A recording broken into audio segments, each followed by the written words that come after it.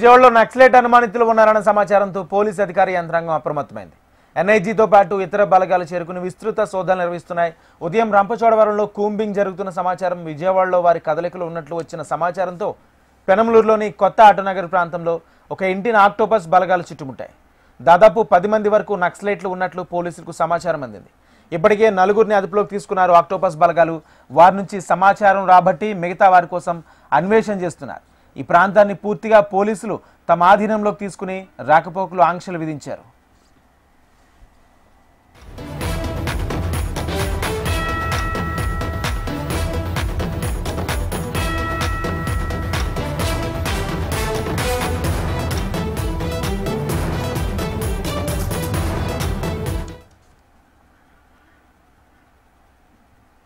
విజయవాడలో నక్సలైట్ అనుమానితులు ఉన్నారన్న సమాచారంతో పోలీసు అధికారులు యంత్రాంగం అప్రమత్తమైంది. ఎన్ఐజీతో పాటు ఇతర బలగాలు చేరుకుని విస్తృత శోధనలు నిర్వహిస్తున్నారు. ఉదయం రంపచోడవరంలో కూంబింగ్ జరుగుతున్న సమాచారంతో విజయవాడలో వారి కదలికలు ఉన్నట్లు వచ్చిన సమాచారంతో పెనమలూరులోని కొత్త ఆటోనగర్లో ఆ ప్రాంతంలో ఒక ఇంటిని ఆక్టోపస్ బలగాలు చుట్టుముట్టాయి. దాదాపు 10 మంది వరకు నక్సలైట్లు ఉన్నట్లు పోలీసులకు సమాచారం అందింది. అయితే ఇప్పటికే 4గురిని అదుపులోకి తీసుకున్నారు. వారి నుంచి సమాచారం రాబట్టి మిగతా వారి కోసం అన్వేషణ చేస్తున్నట్లు కూడా తెలుస్తుంది.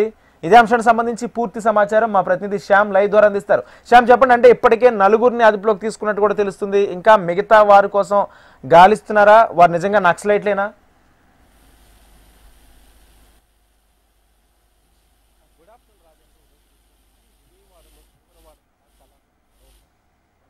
అంటే ఇక్కడ విజయవాడ తీసుకున్నట్లయితే రాష్ట్ర రాజధానిగా ఉంది ఇక్కడ అమరావతి. అలాగే వీవీఐపీలు అందరూ కూడా ఇక్కడ అమరావతి అలాగే వీవీఐపీలు అందరూ కూడా ఎప్పటికప్పుడు కూడా విజయవాడకి వస్తూ ఉంటారు. ప్రస్తుతం చూసుకుంటే మనం ఈ కొత్త ఆటో నగర్లో ఉన్నాము. ఇది పెనమలూరు నియోజకవర్గంలోని పెనమలూరు పోలీస్ స్టేషన్ పరిధిలోకి వస్తుంది. అయితే వీళ్ళు ఇక్కడ చూసుకున్నట్లయితే ఈ రోజు ఉదయం చూసుకున్నట్లయితే అక్కడ ఏదైతే ఆ రంపచోడవరం ప్రాంతంలో కూంబింగ్ జరిగిందో ఆ ప్రాంతంలోని ఇక్కడ కూడా నక్సలైట్లు అలాగే వాళ్ళ సానుభూతి పరులు కూడా ఉన్నట్లుగా అయితే పక్కా సమాచారం రాబట్టిన మీద ఈ రోజు ఉదయం నుంచి కూడా మొత్తం ఒకవైపు ఆక్టోపస్ బలగాలతో పాటు స్థానిక పోలీసులు అలాగే ఇంటెలిజెన్స్ మొత్తం అన్ని విభాగాల పోలీస్ అధికార యంత్రాంగం కూడా ఇక్కడ చేరుకున్నారు.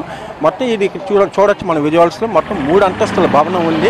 ఇక్కడ దాదాపు 2 నెలల నుంచి కూడా ఈ తీవ్రవాదులు ఇక్కడ ఉంటున్నట్టు అయితే పక్కా సమాచారం వచ్చింది. దాదాపు మొత్తం 21 మంది వరకు ఉన్నట్లయితే ఒక సమాచారం కూడా ఉంది. అయితే కొంతమంది మాత్రం 10 మందికే వాళ్ళ వరకు ఉన్నారంటున్నారు. ఏదైనప్పటికీ కూడా దీనికి సంబంధించి ఈ బిల్డింగ్లో అయితే వారి కార్యకలాపాలు గత 2 నెలలుగా కూడా జరుగుతున్నట్లు పక్కా సమాచారం వచ్చింది. అలాగే వారి వద్ద భారీ ఆయుధాలు కూడా ఉన్నట్లు కూడా ఒక సమాచారం. దీంతో ఇప్పటి వరకు కూడా ఒక 4గురిని అదుపులోకి తీసుకుని వాళ్ళని టాస్క్ ఫోర్స్ పోలీస్ స్టేషన్కి తీసుకెళ్లారు. అక్కడ వారిని పూర్తిగా విచారిస్తున్నారు. అయితే మిగతా వారి కోసం ఏం చేయాలనే దానిపైన వాళ్ళు తీవ్ర దర్జన భర్చనమంటున్నారు. అయితే ప్రస్తుతం అయితే ఈ బిల్డింగ్కి 4 వైపుల రహదారులన్నింటినీ కూడా పోలీసులు తమ ఆధీనంలోకి అయితే తీసుకున్నారు. పూర్తిగా ఆ బిల్డింగ్ కూడా వాళ్ళ ఆధీనంలో తీసుకున్నారు.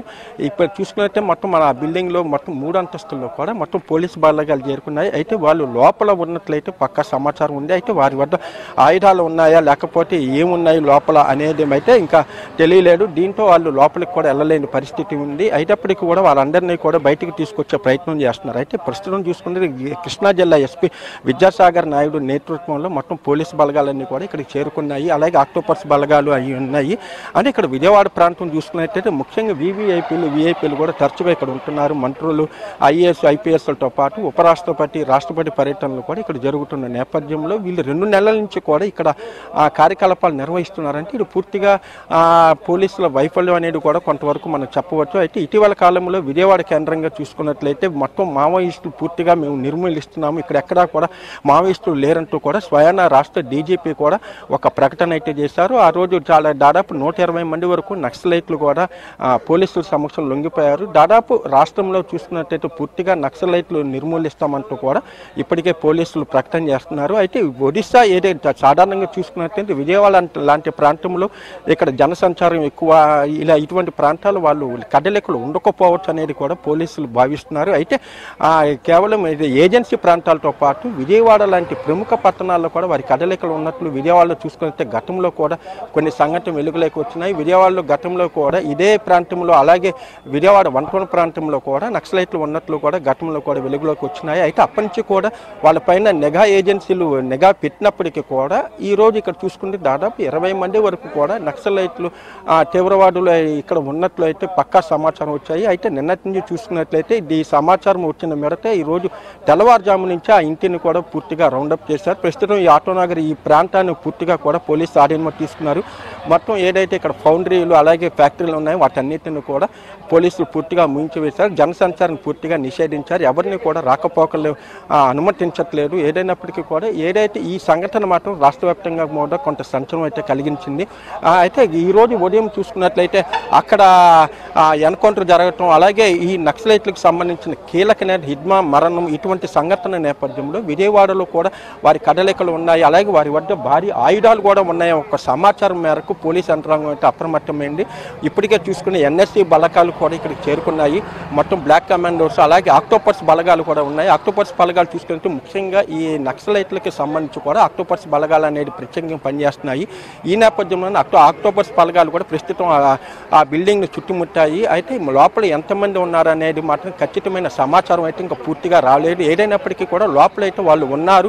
అలాగే వారి వద్ద ఆయుధాలు ఉన్నాయనేది కూడా పక్కా సమాచారం. ఒకవేళ మొన్న ఢిల్లీలో జరిగినంత పెళ్ళుడు అలా అటువంటి ఘటనలు ఇక్కడ కూడా ప్లాన్ చేశారా లేకపోతే ఇంకేమైనా వాళ్ళ ఆలోచనల ఆ దిశగా కూడా పోలీసులు పూర్తి స్థాయిలో విచారణ చేస్తున్నారు. ఏదైతే పోలీసులు అదుపులో ఉన్నారో ప్రస్తుతం ఒక నలుగురు వాళ్ళందరినీ కూడా పూర్తి స్థాయిలో విచారణ చేస్తున్నారు.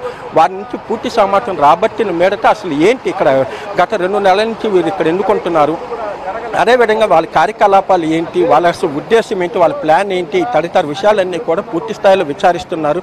ఏదైనప్పటికీ కూడా విజయవాడ లాంటి ప్రాంతంలో ఈ నక్సలైట్లు ఆనవాళ్ళు అనేది బయటపడటం మాత్రం కొంత కలవరం అయితే సృష్టించిందని చెప్పవచ్చు. Right, thank you Shyam.